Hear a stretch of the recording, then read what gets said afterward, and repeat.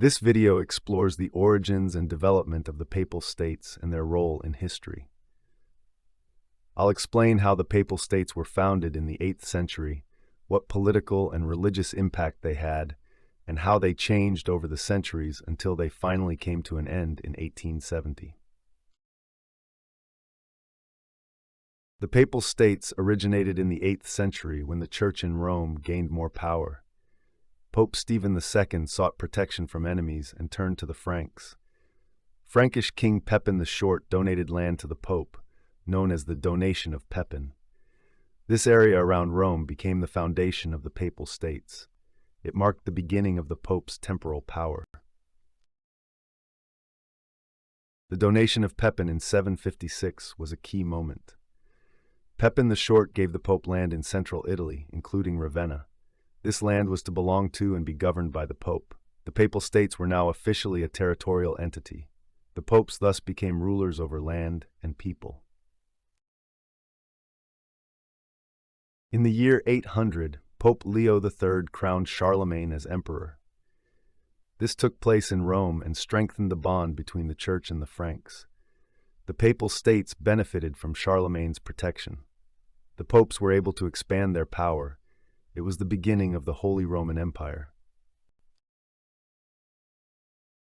In the 9th century, the Papal States faced many problems. Rome was frequently attacked by Saracens or Muslim pirates. The popes had to rely on local nobles for defense. There was often conflict over power in Rome. During this time, the Papal States were very weak. In the 10th century, powerful Roman families took control. They decided who became pope and interfered in politics.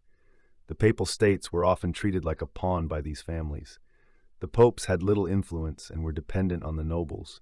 It was a time of corruption and chaos. In the 11th century, the Church began to reform itself.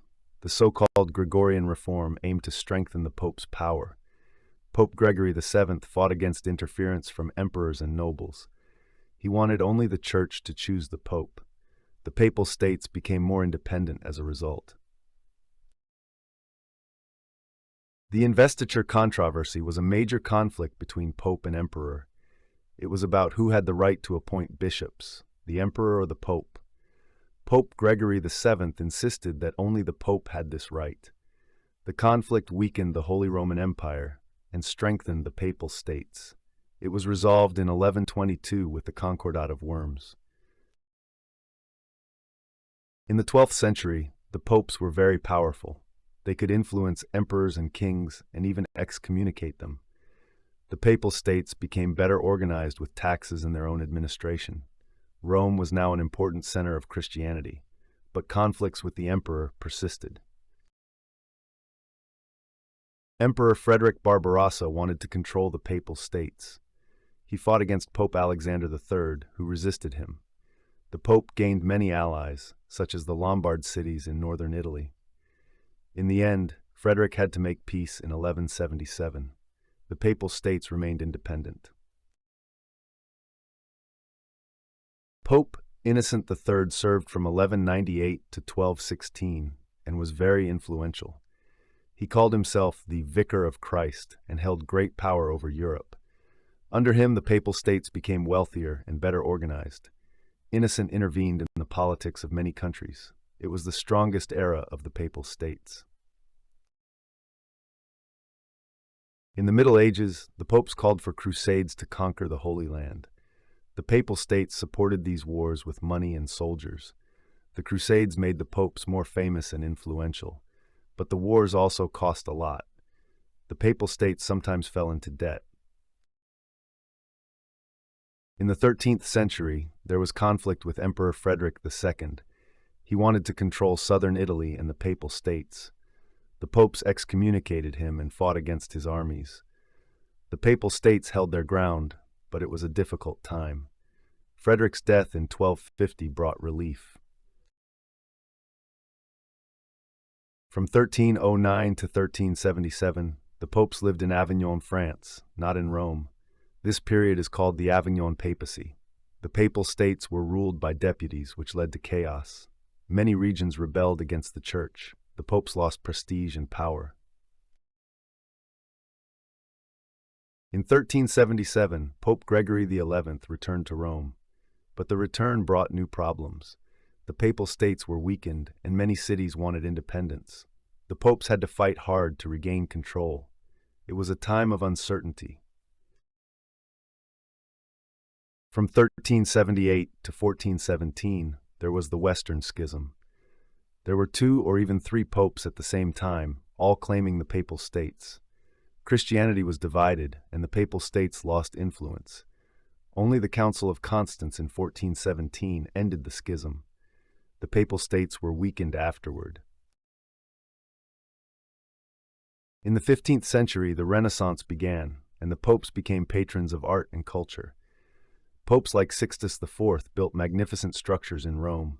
The Papal States grew richer through taxes and the sale of offices. But many popes lived like secular princes. This led to criticism. Pope Sixtus IV ruled from 1471 to 1484. He commissioned the Sistine Chapel, which is world famous today. The Papal States benefited from the many artists who came to Rome.